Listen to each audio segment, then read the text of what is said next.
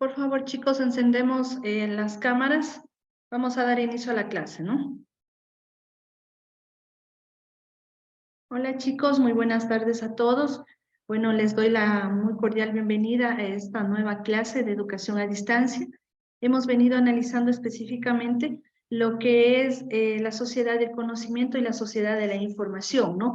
Tomando en cuenta que la sociedad de la información nos permite a nosotros obtener gran cantidad de información de diferentes fuentes, como por ejemplo los repositorios digitales, obviamente el Internet, inclusive algunos otros parámetros, como por ejemplo de la experiencia, también podemos obtener lo que es el conocimiento y también información.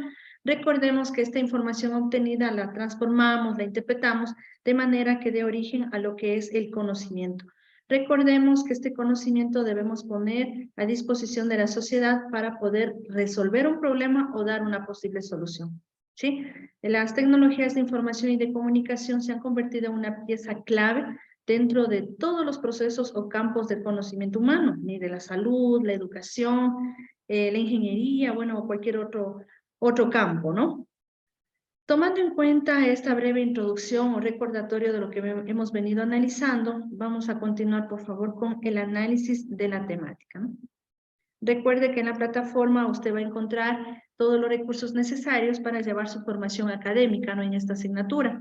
Entonces, es necesario que usted revise todo lo que tenemos en la plataforma, que está estructurado por semanas, ¿sí? Por semanas. Entonces, cada uno de estos recursos o elementos tienen que ser revisados por los estudiantes. Sigamos con el análisis de la temática en cuanto a la sociedad del conocimiento y la sociedad de la información, ¿no? En cuanto a la sociedad del conocimiento, la educación, bueno, se lo considera como un factor para el progreso y desarrollo de la sociedad. Eso también ya lo hemos venido insistiendo, que la educación es algo muy importante para poder determinar el progreso, ¿sí? Y el desarrollo de una sociedad como tal. También la educación debe dar respuesta a las exigencias de nuestro tiempo. ¿Cuáles son las exigencias de nuestro tiempo? A ver, Dayana Tubón, ¿cuál cree usted que son las exigencias de nuestro tiempo? Dayana. Muy buenas tardes. No sé si de pronto me puede escuchar. Sí, sí, le escuchamos. ¿Cuál cree usted que son las exigencias de nuestro tiempo? Bueno, más que todo en estos años hemos presenciado la, eh, la modalidad de estudio también. Yo creo que se nos ha exigido bastante para poder cambiarla, para que todos estemos... Perdón, es que estoy en la calle y acabo de salir de mi trabajo. Bueno, continuamos. Gracias, Dayana. Cuando hablamos nosotros de exigencia de nuestro tiempo, bueno, ya hemos venido insistiendo, ¿no? Que las tecnologías se han convertido en algo muy importante en nuestro medio y obviamente la sociedad está hacia allá, está hacia la evolución tecnológica, ¿sí? Y obviamente no solamente en la tecnología, la educación deben marcar, sino también en otros aspectos, ¿sí? Tomemos en cuenta que lo que se quiere hoy en día es obtener una educación de calidad. Recordemos de la innovación educativa, que consistía en ingresar o aplicar o utilizar inclusive diferentes estrategias, métodos, técnicas y herramientas que permitan llevarnos a una educación de calidad. Entonces, esa es la idea, que la educación nos dé respuestas a las exigencias de nuestro tiempo. Recordemos que la sociedad se ha ido evolucionando, ha ido cambiando, ¿no? No es estática, sino más bien cambiante. Y de acuerdo a estos cambios, obviamente la educación debe estar a la par. Aquí tenemos dos cuadros donde vamos a determinar algunas características tanto de la sociedad de la información como la sociedad del conocimiento. La sociedad de la información es la estructura central de la nueva economía. Mire, existen progresos tecnológicos, la información y el uso de las tecnologías no garantizan el conocimiento. ¿Por qué decimos esto? Que la información y el uso de las tecnologías no garantizan el conocimiento. Recordemos que para usted obtener o para nosotros obtener conocimiento, la información que vamos adquiriendo de diferentes fuentes, sean en Internet o cualquier otra fuente, esta información debe ser procesada, no debe ser entendida, debe ser analizada, debe ser interpretada para dar origen a lo que es el conocimiento. Entonces, no porque yo utilizo tal vez el Internet, yo ya tengo conocimiento, no. Esa información tiene que ser analizada, bueno, tiene que ser todos los aspectos antes mencionados, ¿no? Para que se convierta obviamente en conocimiento. Recordemos también que el buen uso de las tecnologías, que nosotros debemos hacer un buen uso de las tecnologías, si no debe haber un abuso en el uso de las tecnologías, sino más bien debemos enmarcar al crecimiento o al desarrollo del conocimiento y obviamente esto al bienestar de una sociedad. La información es unidireccional, masiva e indiscriminada y democrática, ¿sí? Entonces, toda la información llega a nosotros, pero tenemos que, obviamente, saberla transformar en conocimiento. En cambio, en la sociedad del conocimiento podemos decir que aparece o más se difunde en los años 90, que requiere de las personas la capacidad de procesar la información que tienen a su disposición, captarla, interpretarla, lo que habíamos nombrado hace un momento, ¿no? Con criterio, otorgarle un significado, inclusive aplicarla, compartirla, enriquecerla, es decir, transformarla en un conjunto de saberes, ¿sí? Tenemos aquí un pequeño cuadro, bueno, específicamente 3, ¿no? Que me habla de una sociedad 1.0, la 2.0 y la 3.0. La sociedad 1.0 comienza a finales del siglo XIX y finales del siglo XX. Es una sociedad generalmente que está orientada al sector agrícola, ¿no? E industrial. Existen relaciones jerárquicas, hay roles de trabajo muy bien definidos, los datos se gestionan, es decir, es una sociedad de la información, ¿sí? Pero recordemos que para llegar a la sociedad del conocimiento, esta información adquirida tenemos que interpretarla. Aparece la sociedad 2.0 a finales del siglo XX, aparecen ya los primeros avances tecnológicos, la información no solamente se obtiene, ¿sí?, sino también se la interpreta, convirtiéndose ya en una sociedad del conocimiento. Existe una interacción o intercambio a través de las tecnologías de información y de comunicación. Encontramos la web 1.0, la web 2.0. Bueno, al hablar de web 1.0, 2.0, 3.0, 4.0, 5.0, 6.0, hablamos obviamente de la evolución de la web, ¿no? Es decir, si nosotros analizamos la web 1.0, el Internet, sería su primera aparición, ¿verdad? Este tipo de páginas eran generalmente textuales, no existía o no permitía una interacción con el usuario. Algo muy parecido a un periódico, ¿no? ¿Qué hacemos con un periódico? Simplemente somos meros lectores de esta información, pero no podemos interactuar. En la web 2.0 esto ya fue cambiando. Aquí ya encontramos las primeras redes sociales donde ya existe interacción entre usuarios y obviamente con la página. Tenemos los correos electrónicos, los chats, inclusive ya aparece lo que son las videoconferencias y otras herramientas que ya va evolucionando la web, ¿no? En la sociedad 3.0, mire aquí ya marcamos una sociedad del futuro, una sociedad de la innovación. 3 ejes conductores, cambios sociales y tecnológicos, globalización continua, entre otros, ¿no? Aquí ya tenemos la web 3.0, obviamente, con otras herramientas, ¿no? O mejorada de la web 2.0. La web 4.0 y bueno, y así sucesivamente. Mire que hoy en día encontramos inclusive avances en todas las áreas, ¿sí? En la salud, ¿sí?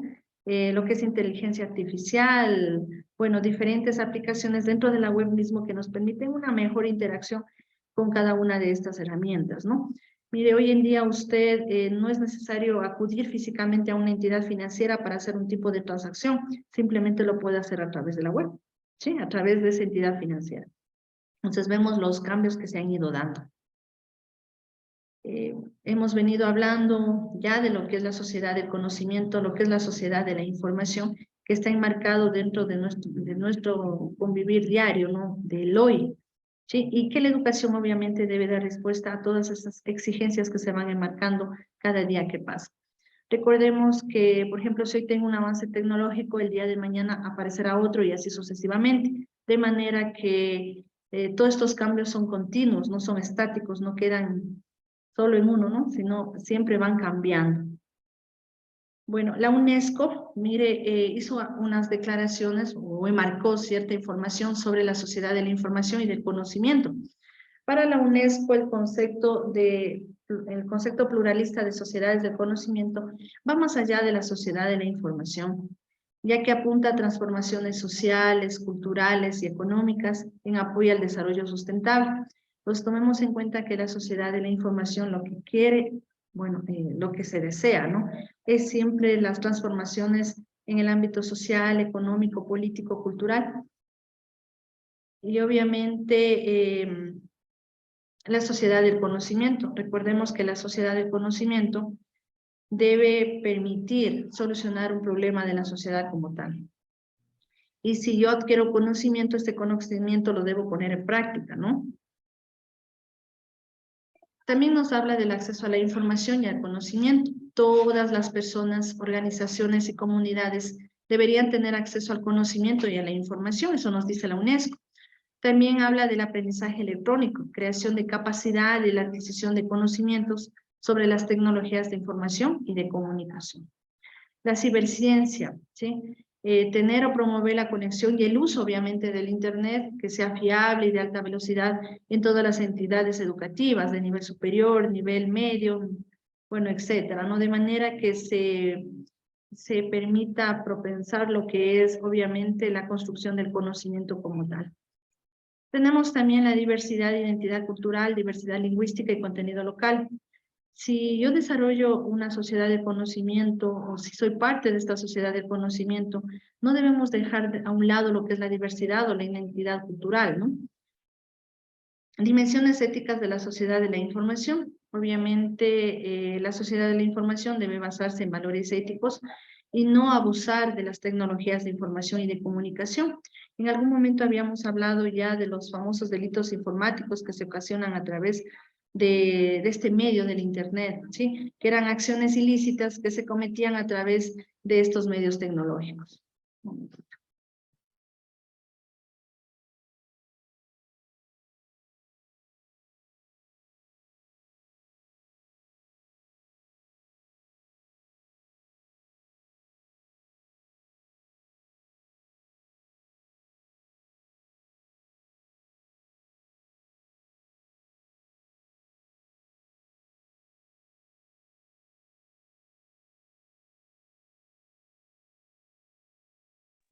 Entonces, obviamente, estas tecnologías deben ser utilizadas de buena manera, ¿no? Con el propósito de promover lo que es el conocimiento como tal. Mire, aquí nos encontramos con un perfil de una persona, ¿no? Que obviamente está propiciando lo que es el conocimiento, lo que es el saber. Conoce, sabe y también se lo conoce como nómada. ¿Sí? ¿Por qué? ¿Qué significa esta palabra de nómada? A ver, chicos, ¿por qué hablamos de un nómada aquí? Son cosas antiguas. A ver, Teresa Caluña. ¿Qué quiere decir? Observemos, por favor, este perfil de esta persona. Teresa, ¿está Teresa?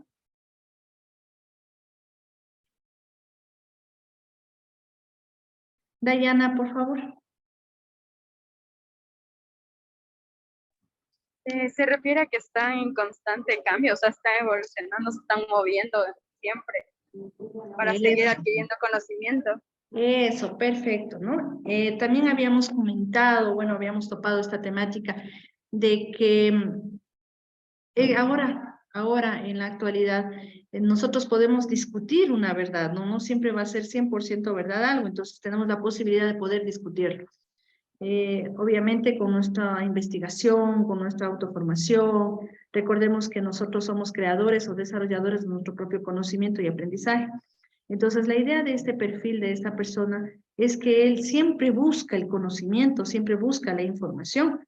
Entonces, no solamente se queda con algo, sino siempre va rotando, siempre va buscando. ¿Qué características tiene este personaje? Mire, crea una marca personal, está en constante evolución y autodidacta digital, ¿no? Capacidad de resolver diferentes problemas. Bueno, hoy en día la educación está marcada en eso, en la resolución de problemas. Por eso el estudiante debe ser analítico, reflexivo, debe ser crítico, ¿no? Buscador del conocimiento, buscador de la información. Es consciente del valor de liberar el acceso de la información. Entonces, si yo tengo conocimiento, recordemos que lo más lógico es poner a disposición, ¿no? O a su vez, ponerlo en práctica, ¿sí? Poner en práctica este conocimiento. No está limitado a una edad determinada, entonces cualquier persona, no importa la edad, puede tener estas características o este perfil. Es creativo, innovador, colaborativo y motivado. Sin miedo al fracaso, genera nuevos conocimientos, es creador de redes, siempre está conectado a personas, ideas, organizaciones, entonces siempre trata de mantener una interacción con el resto de personas. Tenemos también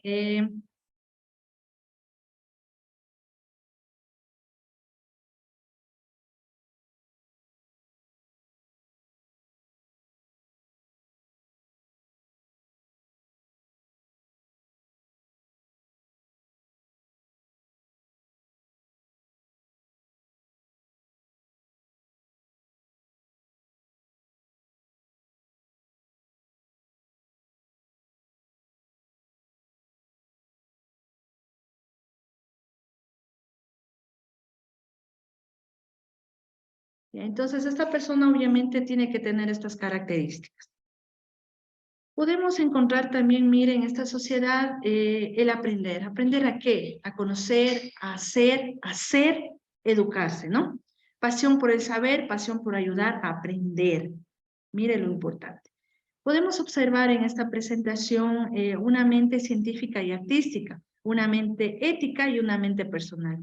En la mente científica y artística, utilizar de manera disciplinada la crítica y creativa el conocimiento.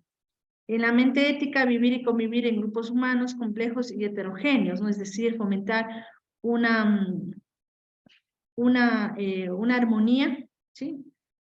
Una mente personal, pensar, hacer y vivir de forma autónoma, aprender cómo aprender a lo largo de la vida. Esto nos trae Pérez Gómez 2007 y 2012.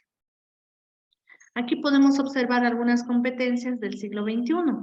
Por ejemplo, la sociedad, ¿sí? El aprendizaje, la parte digital, tenemos el conocimiento que es fundamental, la comunicación, las tecnologías, la parte virtual, la enseñanza, el aprendizaje. Podemos observar estos cuadros, ¿no? Donde en el primero nos habla de las maneras de pensar, maneras de trabajar, las herramientas para trabajar y las maneras de vivir en el mundo. En las maneras de pensar, obviamente ser creativo e innovador, ¿sí? ¿Qué significa innovador? Ir incrementando, ir accediendo, ir implementando nuevos elementos, estrategias de manera de conseguir algo de calidad. ¿Sí? Tener un pensamiento crítico, resolución de problemas y obviamente la toma de decisiones de una forma adecuada. Aprender, aprender. A ver, ¿quién me interpreta o qué es lo que nos quiere decir con esto? Aprender a aprender. ¿Qué significará aprender a aprender? Marilyn Reynoso. A ver, ¿nos puede dar su opinión? Marilyn.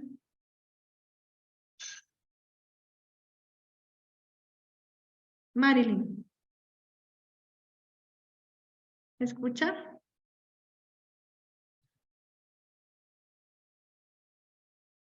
¿Me escucha Marilyn? ¿Qué significa aprender a aprender? A ver, ¿alguien? ¿Algún compañero? Camila, Yo, por favor. aprender a percibir los conocimientos que nos dan los profesores. Ya, a ver, ¿alguien más? Ordóñez, Francisco.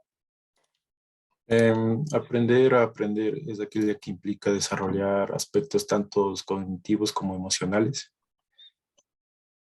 Ya, ¿alguien más? Natalie y Jenny.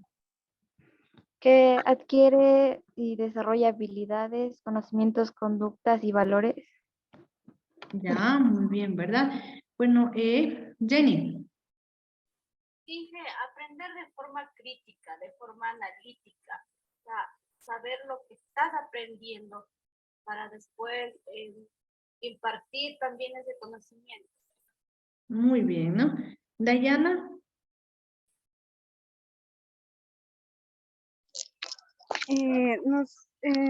Nos incentiva a reflexionar antes de actuar de una manera más crítica y analítica.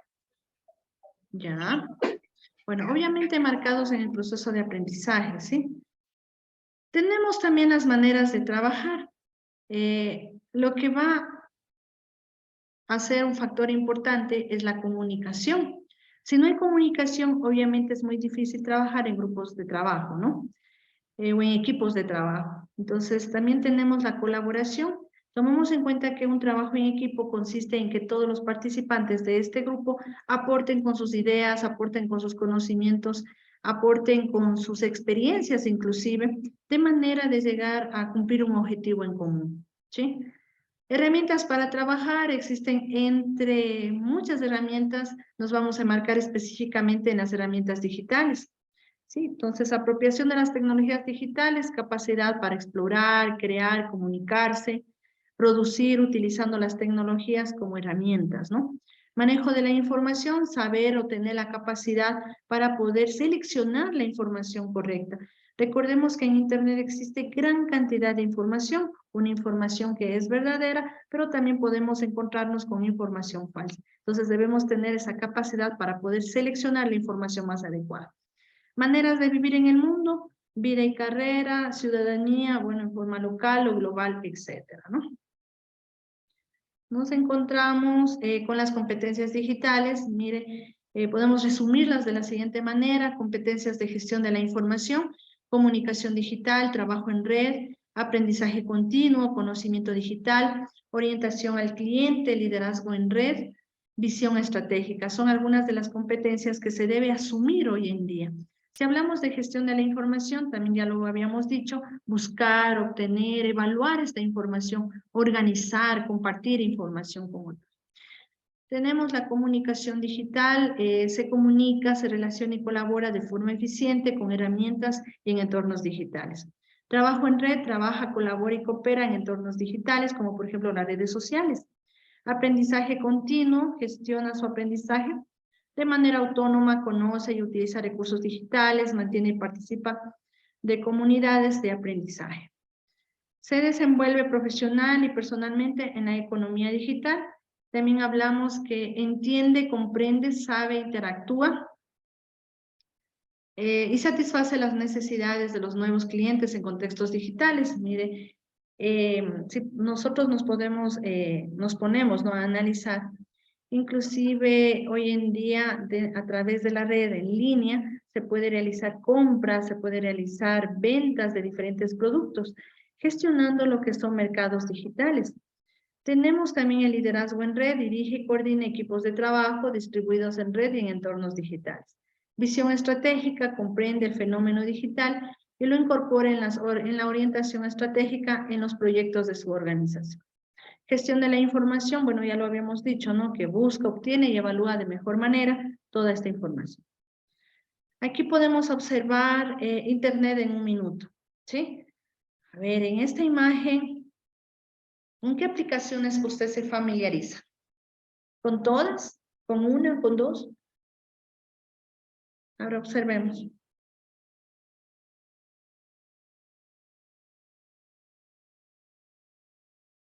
A ver, chicos. Con unas 10 por ahí. Ya, a ver, ¿cuáles son estas? Las más conocidas. La mayoría. Todas, ¿no? Generalmente todas. Mira, ahí tenemos el Facebook, una red social, WhatsApp, el YouTube. A ver, ¿de dónde ustedes obtienen diferentes apps para sus móviles? ¿A dónde acceden? The Play Store. ¿A dónde más? Google Play. App Store. Bueno, miren, ¿no? Nosotros accedemos a diferentes herramientas en la web para poder satisfacer algunas necesidades como tal. Por ejemplo, estamos viendo aplicaciones para nuestros móviles. ¿Qué más? ¿Qué otra aplicación observamos ahí donde nos familiarizamos? Netflix. ¿Qué más? TikTok. TikTok. ¿Sí? Twitch. Ya. Entonces, la mayoría de estas herramientas han sido utilizadas, ¿sí? No solamente existen estas, ustedes saben que existen muchísimas otras herramientas. Tenemos aquí también las nuevas tendencias educativas y las posibles herramientas que podemos aplicar, ¿no?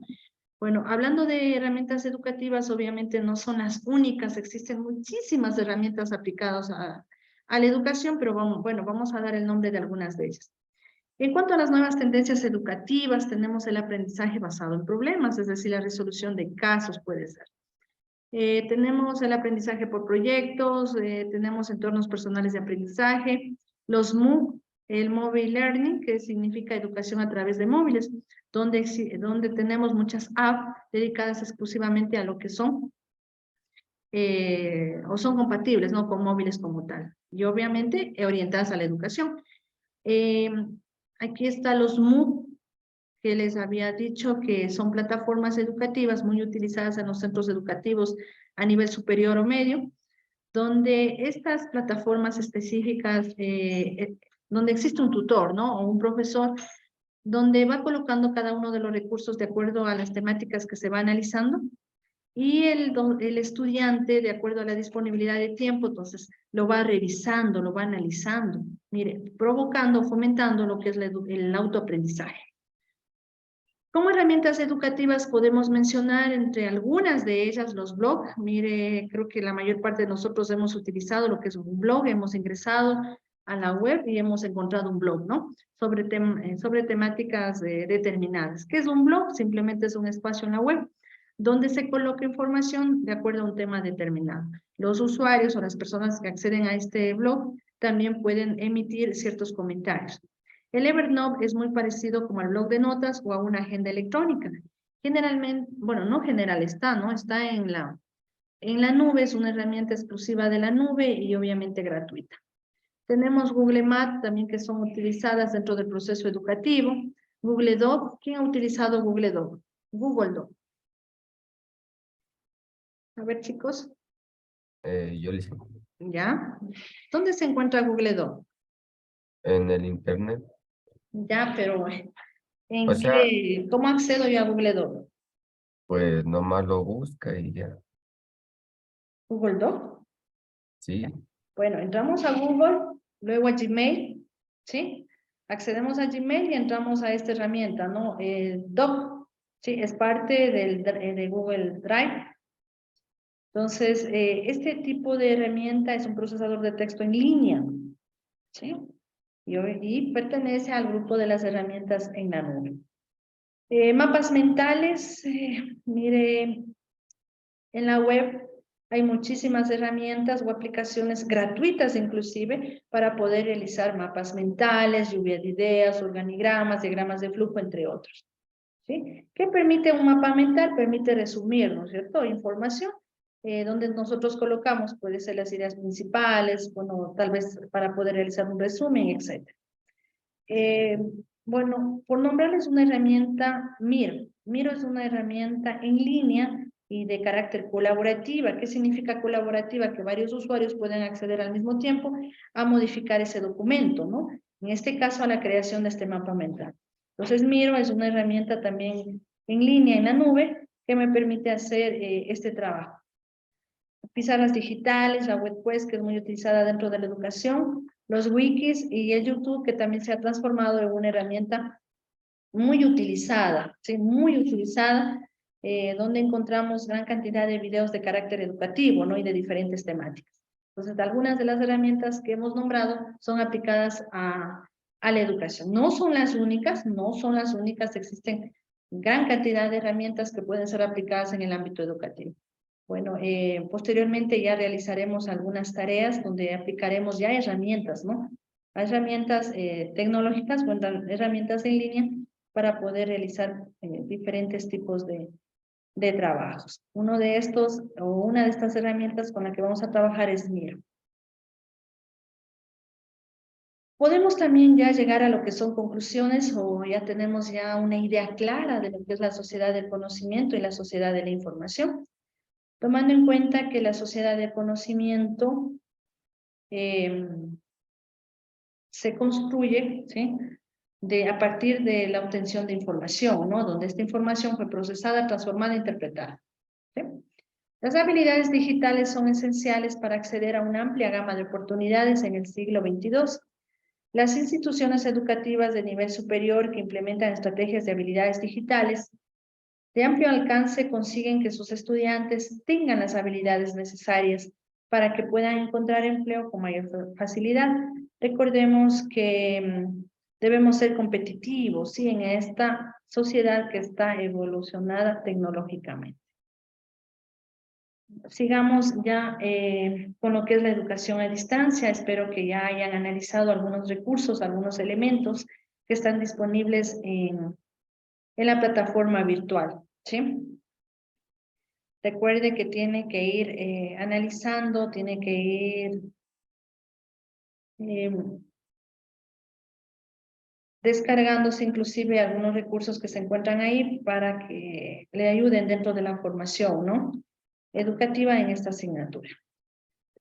También ya hemos comentado sobre lo que es la educación a distancia. Recordemos que la educación a distancia, una de sus primeras características es que se accede a ella generalmente cuando las personas o estudiantes no pueden acceder físicamente a recibir una formación educativa, ¿sí? Por diferentes aspectos, tal vez por el trabajo, tal vez por la edad o por otras circunstancias, ¿no? Inclusive por la distancia misma del lugar donde vive a la institución educativa.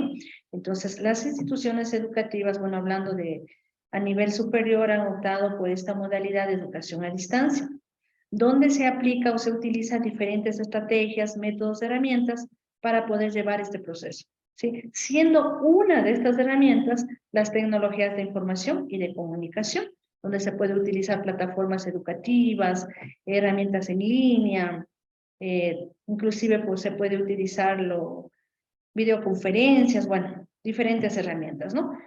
Ya, además de estos medios, inclusive se trabaja con módulos, se trabaja con folletos, bueno, etcétera, etcétera, ¿sí?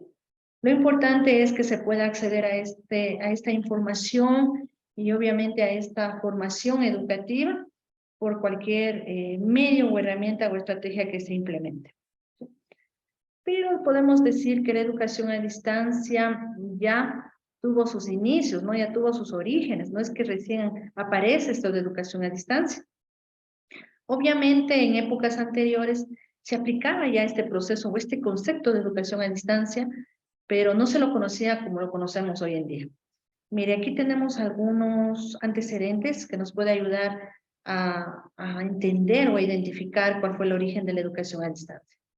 Para algunos teóricos, los orígenes de la educación a distancia se remontan a las épocas de las civilizaciones egipcia, hebrea, entre otras, a través de las cartas instructivas. Entonces aquí había cartas instructivas que se enviaban de un lugar a otro lugar, ¿verdad? Entonces, una persona que tenía conocimiento sobre una temática determinada enviaba esta información, estos instructivos a otras, ¿sí? Entonces, mire, se está utilizando un método, una estrategia, una herramienta para poder llevar este proceso de educación, ¿no? De formación. Igualmente señalan que podemos observar más ejemplos en las culturas griegas y romanas, con las cartas científicas y los escritos de Cicerón, Horacio y Séneca. ¿Quién nos habla esto? El autor García, 1999. Vayamos, por favor, observando cómo se va dando estas citas bibliográficas, ¿no? Estas citas de autores, porque posteriormente usted va a trabajar en una tarea muy similar, donde le voy a pedir que busque información de acuerdo a ciertos autores, lo que dijo este autor. Entonces, si yo le pido una temática en particular, usted va a fundamentarse, se va a basar en autores, convirtiéndose, obviamente, no sé, un foro, un documento de carácter científico. Por tal motivo, consideran que la educación a distancia ha existido desde que se escribieron las primeras cartas con carácter informativo. ¿Sí? Entonces, se escribió cartas con carácter informativo, obviamente se llevó información convertida tal vez en conocimiento de un lugar a otro lugar, ¿no? De manera que dio origen, o se lo podía entender como lo conocemos hoy en día, educación a distancia. Historia de la educación a distancia. Mire, seguimos con esta pequeña historia o antecedentes. A pesar de estos antecedentes, para el autor, mire, García en 1999, se refiere que la mayoría de los expertos señalan que el comienzo de la educación realmente comenzó en el siglo XVIII, ¿no? ¿Sí? Concretamente en 1728. ¿Cómo lo considera o por qué considera que era educación a distancia o que ya se estaba dando este proceso de educación a distancia? Por la publicación de un anuncio en la Gaceta de Boston en donde el profesor Prince ofrecía material de enseñanza y tutorías por correspondencia. Entonces aquí leo marcado, ¿no? Ofrecía material de enseñanza y tutorías por correspondencia. ¿Qué opinan ustedes de esto? Aquí estamos viendo que se está utilizando o aplicando procesos como que nos estamos acercando a la educación a distancia. Andy Hurtado, ¿qué opinan? Andy. A ver, Andy, por favor, ¿me escucha? Ya. Sí, En Inge. esta parte que está señalado, por favor, dice, este profesor en este año 1728 ofrecía material de enseñanza y tutorías por correspondencia. Entonces, ¿qué opina usted? ¿Por qué se lo considera que la educación a distancia tuvo sus orígenes, mire, desde este periodo? Porque por las dificultades que tenían algunas personas o estudiantes de tener educación así presencial. Ya, pero ¿cómo se ofrecía esta educación? ¿Qué se hacía? Mire lo que se hacía. ¿Qué nos dice? Ofrecía material de enseñanza y tutorías por correspondencia. Eso, ¿no es cierto? Correspondencia. ¿Y qué es la correspondencia? Lo que corresponde a la educación. A ver, eso es Eso era los que enviaban cartas o algo así. Eso, ¿verdad? Es el correo. Sí, algo sí. parecido al correo. Entonces, mire, esta información sobre una temática o asignatura o bueno, algo así, lo elaboraba este profesor, ¿no? ¿Sí? Y estos documentos lo enviaba a través de correo a la persona que quería aprender sobre esta información en particular, convirtiéndose en ¿qué? En educación a distancia. Tanto el profesor como el docente, perdón, el profesor con el estudiante no se encuentran físicamente en ese lugar. Están distantes, ¿sí? Pero el proceso de educación, el proceso formativo se está dando. ¿Cuál es el medio? ¿Cuál es la herramienta? En aquel entonces no había las tecnologías de información y de comunicación. Entonces, ¿cuál es el medio que se utilizaba? El correo, ¿verdad? El correo normal, ¿sí? Entonces ahí se enviaba material de enseñanza y tutorías, nos dice por correspondencia. 100 años después, Suecia publicó en su periódico en donde puso un anuncio que ofrecía la oportunidad de aprender redacción por correo postal. ¿Sí? Sigamos. La educación a distancia, el avance tecnológico que se tiene en las últimas décadas y el desarrollo de las redes de comunicación a través de la llegada del Internet. Bueno, para este autor, Mire Hernández, en el año 2003, ya, por favor, seguirá analizando cómo vamos citando autores, ¿no? Este párrafo no es de nuestra autoría, no es mío ni de ustedes, es de este autor, Hernández 2003. Entonces tenemos que citar, sí, tenemos que decirle quién dijo o quién plasmó este párrafo. Entonces, ¿qué nos habla? Que el avance tecnológico que se tiene en las últimas décadas y el desarrollo de las redes de comunicación, es decir, el Internet, a través de la llegada, bueno, del Internet son la base para que esta modalidad de educación a distancia adquiera un auge cada vez mayor que sin duda favorece la construcción del conocimiento y el desarrollo del carácter cognoscitivo de las actividades formativas. ¿Sí? Según el autor, ¿no? También nos habla que una de las principales características es precisamente el distanciamiento físico entre el profesor y el alumno. También ya lo hemos comentado, ya lo hemos sugerido, ¿no? Ya lo hemos dicho, que esta es una de las principales características, la distancia que existe entre el docente y el estudiante. Físicamente no se encuentran estos dos autores, ¿sí? O actores. El tiempo y la distancia adquieren un nuevo matiz, ya que el estudiante accede a su curso o materia a cualquier hora del día o de la noche desde la modalidad de la comodidad de su casa, empresa u oficina. Bueno, para algunos autores también lo consideran a la educación a distancia como la educación en casa, ¿sí? Educación a distancia, educación en casa. ¿Por qué? Porque obviamente no está obligado a asistir físicamente a un lugar o establecimiento educativo.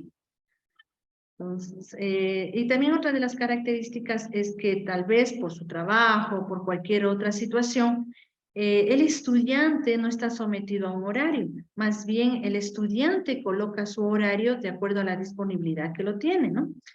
Recuerde que le había mencionado de los MOOC, que eran plataformas educativas donde el estudiante accedía, ¿no?, con facilidad a cada una de esta información que dejaba su docente. En este caso se convierte en un tutor. Otra de las características más es la posibilidad de obtener tutorías o apoyos online, donde el estudiante interactúa con el asesor por medio de mensajes o videoconferencias previamente concertadas. La utilización de los medios electrónicos es otra característica más que se emplean. Plataformas virtuales educativas, libros digitales, apuntes online, material visual. Nuevamente se vuelve a recalcar lo que son cursos MOOC, acceso a tutores, entre otros. Entonces hay diferentes elementos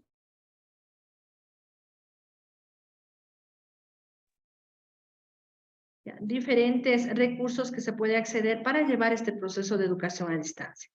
En esta modalidad, de educación, las edades y las ocupaciones de los estudiantes no son limitaciones, además que los criterios de selección son menos exigentes que en la contraparte escolarizada. ¿Quién nos dice esto? Díaz y Esteban, 2011, ¿no? Estamos citando. Observará, por favor, cómo se va citando. Anteriormente, la necesidad de trabajar de los adultos los marginaba en la posibilidad de seguir instruyéndose. Entonces, tal vez por el tiempo, ¿sí? O por otros factores, muchas personas no podían acceder a la educación, pero con esta modalidad de educación a distancia, entonces ya lo puede hacer, ¿no? Anteriormente, la necesidad de trabajar de los adultos lo marginaba en la posibilidad de seguir instruyéndose. En esta modalidad no es así. Por lo mismo, el grupo de alumnos es muy heterogéneo debido a la edad y a la ocupación. Nos habla Corrales 2008, ¿no?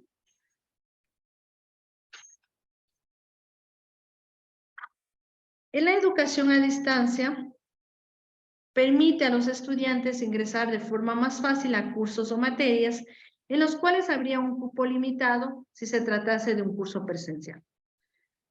¿Por qué? ¿Por qué se da esta situación? ¿Por qué creen ustedes que siendo presencial existen cupos limitados?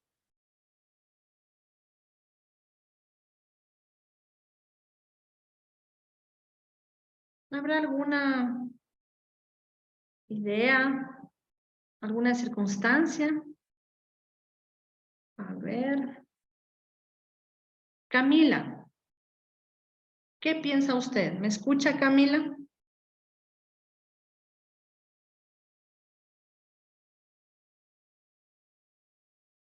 Camila, ¿no está?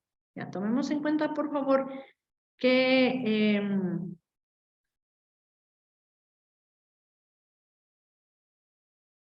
la actuación en clase obviamente es importante, ¿no? Y si yo nombro es porque obviamente no está en clases y no, es como, no está asistiendo.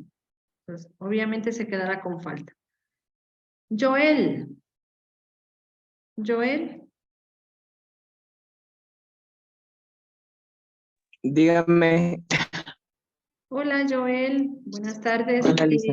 Buenas tardes. Aquí estamos hablando sobre un parámetro importante de la educación a distancia, que es precisamente que nos dice que la educación a distancia permite a los estudiantes ingresar de forma más fácil a cursos, ¿no? O materias en los cuales sería un poco difícil obtener un cupo o existen, ¿no?, cupos limitados si se tratase de un curso presencial. ¿Por qué se da esta situación? ¿Por qué en los cursos presenciales hay cupos limitados? Yo creo que digamos, puede que en la presencialidad haya un poco más de estudiantes En cambio, en la forma virtual puede haber un poco más de espacios para que personas puedan estudiar sin estar ocupando un aula físicamente que puede estar, o sea, limitando eso al Y momento de acceder. muy bien, ¿no? Entonces puede ser una causa la infraestructura, ¿sí? Física de las instituciones. Entonces imagínense que exista gran cantidad de estudiantes y cómo se los coloca en un aula de clases, ¿sí? Entonces obviamente existen cupos limitados, ¿no? Además, estos alumnos se encuentran regularmente en lugares lejanos, ¿sí? Mira, esa es una característica, trabajando en horarios que tal vez se les impida asistir a una escuela o entidad o institución educativa presencial, ¿no? Otra característica que se puede observar es que el alumno es quien debe gestionar, ¿sí?, la generación de su formación, por lo que si bien las instituciones deben brindar programas educativos de calidad, recordemos que al hablar procesos o programas educativos de calidad, se debe incluir estrategias inclusive de innovación, ¿no? Al tratarse de un proceso con bastante autonomía. Y aquí encontramos otra palabra clave que es la autonomía. La educación a distancia mantiene la autonomía. ¿Qué es autonomía o a qué se refiere la autonomía? ¿A qué se refiere? Cassandra, ¿a qué se refiere la autonomía? ¿Por qué mencionamos a la autonomía en la educación a distancia? ¿Me escucha, Cassandra? La escucho un poco borroso. A ver, yo sí la escucho. Entonces, ¿por qué decimos que la autonomía es algo muy importante dentro de este proceso de educación a distancia? Y luego Adela nos comenta. Cassandra y Adela. Cassandra, su opinión. Es que Lisa la escucho con interferencia súper feo. A ver, ¿todos me escuchan? Sí, Ya, entonces, es su conexión, Cassandra. Pero, bueno, denme su opinión, ¿no? Le voy a señalar esta parte, autonomía, autonomía.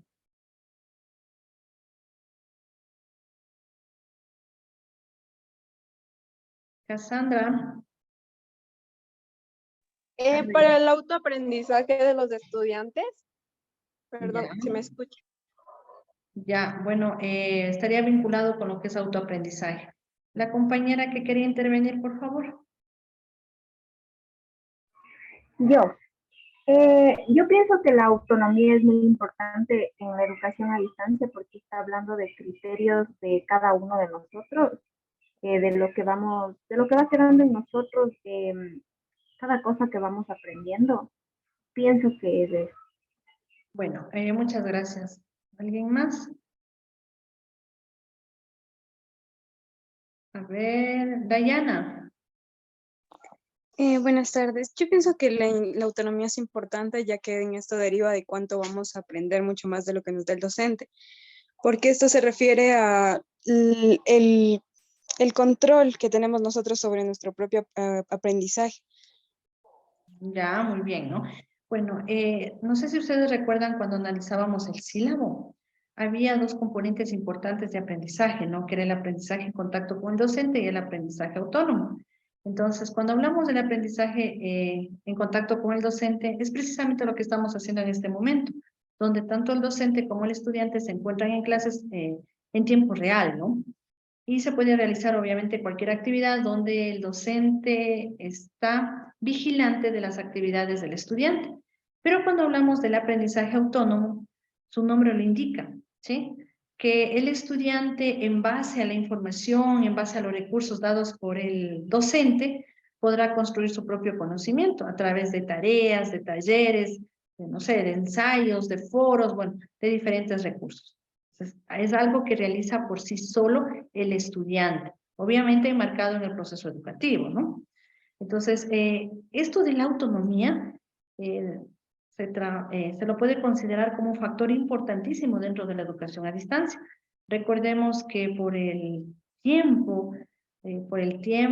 algunas circunstancias, entonces el estudiante es aquel que lleva este proceso formativo, ¿no? De acuerdo a su disponibilidad como tal, y obviamente va construyendo su propio conocimiento. Por otra parte, el estudiante cuenta con una gran variedad de medios y materiales elaborados específicamente para fomentar el autoaprendizaje. ¿Sí? Entonces, el docente es quien elabora todo el material suficiente o los medios para que se produzca el autoaprendizaje. Pero, ¿quién nos confirma esto? ¿O quién nos está diciendo este autor? Corrales 2008. ¿Sí? Entonces, me imagino que él se basó en una investigación, bueno, en diferentes aspectos, y pudo llegar a esta conclusión, ¿no? Entonces, mire, estamos citando autores, por favor. Una de las características más de esta modalidad es la capacidad para ofrecer los mismos programas que ofrece la educación tradicional. Entonces, si se ingresa a una modalidad a distancia o a una educación a distancia, obviamente esto no quiere decir que la educación no va a ser de calidad. Es la misma educación que como que estuviera usted recibiendo en forma presencial, ¿no? Se tiene logros de aprendizaje, bueno, objetivos en cada una de las asignaturas, etc. Existen ventajas de la educación a distancia, ¿sí? Entre algunas, ¿no? Porque existen muchas ventajas. Vamos a mencionar algunas de estas. Por ejemplo, el estudiante no está sujeto a instituciones físicas para poder acceder a la educación. Es decir, no está obligado a asistir a una entidad de forma física. El estudiante elige el momento de estudio de acuerdo a sus necesidades. El alumno es quien fija el ritmo de trabajo y es quien avanza según sus conocimientos y disponibilidad de recursos, de tiempo, etc. El estudiante recibe asesoría individualizada a lo largo del proceso formativo. Es decir, o recordemos, ¿no? Que en la educación a distancia hay dos actores principales, el estudiante y el profesor. Pero en esta modalidad de estudio o en educación a distancia, el profesor se convierte en un tutor de los estudiantes. Reducción de costos ya que no requiere de grandes inversiones en edificios o equipamientos en aulas. Obviamente, entonces las instituciones educativas no van por ejemplo, a la construcción de edificios o a la obtención de equipamiento de aulas, no invirtiendo grandes cantidades de dinero, ya que se va a utilizar otras herramientas, otros mecanismos para llevar el proceso formativo. Es una buena opción para la formación continua, los programas educativos cada vez son de mayor calidad. ¿Sí? Mira, aquí tenemos algunas de las ventajas de la educación a distancia, pero también existen ciertas limitaciones. Bueno, las limitaciones las vamos a mencionar como que fueran desventajas, ¿no? La primera, la inversión inicial puede ser grande en comparación a la educación tradicional, ya que al utilizar, por ejemplo, herramientas tecnológicas, obviamente si no las tiene, tendrá que tener acceso a internet, tal vez un móvil, tal vez una computadora. El segundo punto que nos habla, dice, puede haber menos contacto con otros estudiantes del mismo grupo.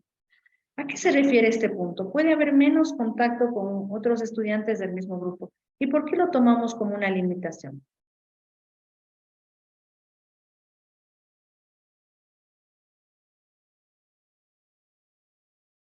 Micaela, su opinión. ¿Por qué lo tomamos como una limitación o como una desventaja? Porque puede ser que no nos relacionamos con nuestros compañeros. Ya, muy bien, ¿no es cierto? Entonces pensemos la forma de la presencialidad, ¿sí? ¿Qué pasa con la presencialidad? Pues en la presencialidad, pues estamos en constante contacto. Eso, muy bien, ¿no? Entonces esa puede ser una desventaja o una limitación.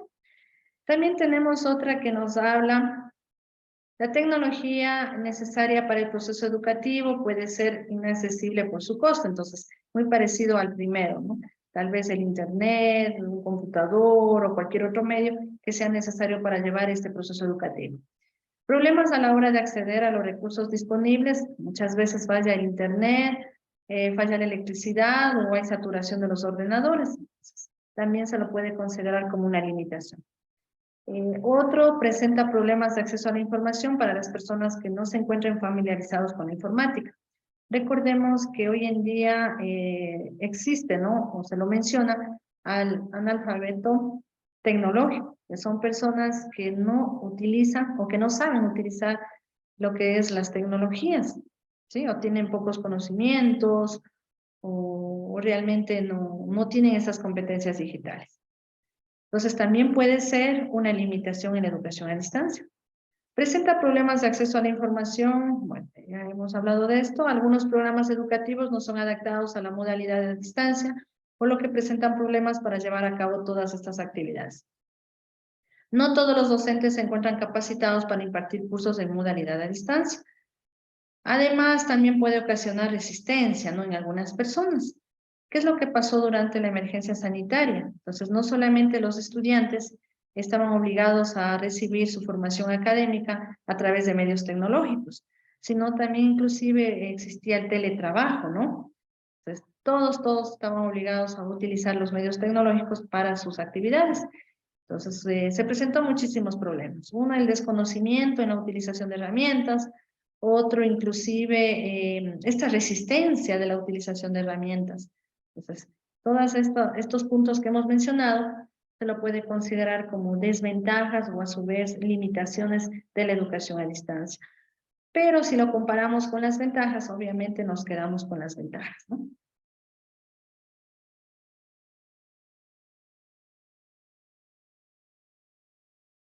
Retos de la educación a distancia. Los retos de la educación a distancia. Para que esta modalidad se fortalezca en nuestro entorno, es necesario que principalmente los docentes miren bajo otra perspectiva esta modalidad de trabajo. Está encaminada en todo momento a fortalecer la educación. Eso es lo que se quiere, llegar a fortalecer la educación. Está abierto a nuevos saberes y apostarle a una consolidación y reconocimiento por parte de las universidades, instituciones y educación y sociedad en general. No sé si existe tal vez alguna inquietud, alguna pregunta sobre esta temática. A ver, vamos a nombrar a una persona que nos ayude con un breve resumen, ¿no?, en cuanto a lo que es la educación a distancia específicamente. A ver, lo que haya entendido en forma voluntaria, lo que hayamos entendido, un breve resumen. Andy. Que la educación a distancia es una ventaja para personas o alumnos que no tienen posibilidades de ir a la presencialidad, o ya que esto le facilita porque algunas personas no tienen los recursos necesarios para poder acceder a la presencialidad, y que la virtualidad le juega un punto a favor, ya que se utilizan medios del internet para poder tener una educación. Muy bien, ¿no? También quiero recalcar algo, chicos. Vamos a diferenciar ciertas modalidades. La modalidad de educación a distancia, que la estamos analizando, la modalidad presencial o educación presencial, educación virtual, educación en línea y también la modalidad híbrida. ¿Todas serán lo mismo o tendrán diferencias? A ver, vamos con la modalidad presencial. ¿Qué es la modalidad presencial? ¿Qué características tendrá este tipo de modalidad? Natalie. Natalie. ¿Qué se ha ido? Mande, Inge, perdón. A ver, ¿qué es para usted la educación presencial o modalidad presencial? A ver, es un acceso de conocimiento al cual el aprendizaje es más práctico y colaborativo. ¿Ya? ¿Alguien más que tenga alguna idea? Yo, El doctor. A ver, Jenny. Básicamente se trata de que hay que asistir absolutamente todos los días a una institución físicamente, se comparte con los compañeros todos los días, hay convivencia, hay presencialidad, obviamente con el profe también, y se adquiere conocimiento todos los días, de a poco, según el ritmo que cada profe vaya poniendo. Muy bien, ¿no? Ahora vamos con la otra modalidad, la modalidad virtual. ¿Qué es una modalidad virtual o educación virtual? O educación virtual. ¿Qué es? Es la que se recibe por un medio de tecnología. Ya, muy bien, ¿no? En este tipo de modalidad totalmente, aquí se involucra lo que es el uso de las tecnologías. Todo el tipo de herramientas, ¿no? Plataformas educativas, de herramientas digitales, pero todo orientado a lo que es la educación. Muy bien. Tenemos la modalidad virtual. ¿Qué será la modalidad virtual? Perdón, la modalidad en línea. O la educación en línea.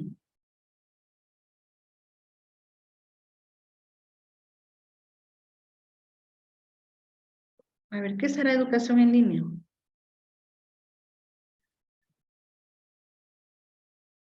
A ver, señor Orejuela. Creo que es lo mismo que la virtual. ¿Será lo mismo? Dayana y Joel. Se trabaja en un entorno completamente virtual a través de medios digitales. Ya, a ver, Joel. Parece. Yo he sabido que la educación en línea es tipo, tampoco no necesita que el estudiante esté eh, específicamente en ese momento en que el profesor está dando alguna clase, sino que más bien las clases se graban y dependiendo de la accesibilidad del estudiante se puede conectar y realizar sus trabajos. Ya, muy bien. ¿Alguien más que tenga alguna idea sobre la modalidad en línea o la educación en línea? ¿Nadie? ¿Alguien? ¿No? A ver, cuando hablamos también de educación en línea, obviamente está inmerso lo que son las tecnologías de información y de comunicación, ¿no? Obviamente el Internet, que juega un papel muy importante en este proceso educativo. Inclusive se realiza la mayor cantidad de clases de esta manera, como lo estamos haciendo en este momento, donde el estudiante y el docente se encuentran en tiempo real, pero no físicamente, sino a través de estos medios tecnológicos, como por ejemplo las videoconferencias. No sé si tal vez tienen alguna inquietud, alguna duda. ¿No? Ya, recuerde que siempre tiene que estar revisando, analizando cada uno de los recursos que están dispuestos en la plataforma.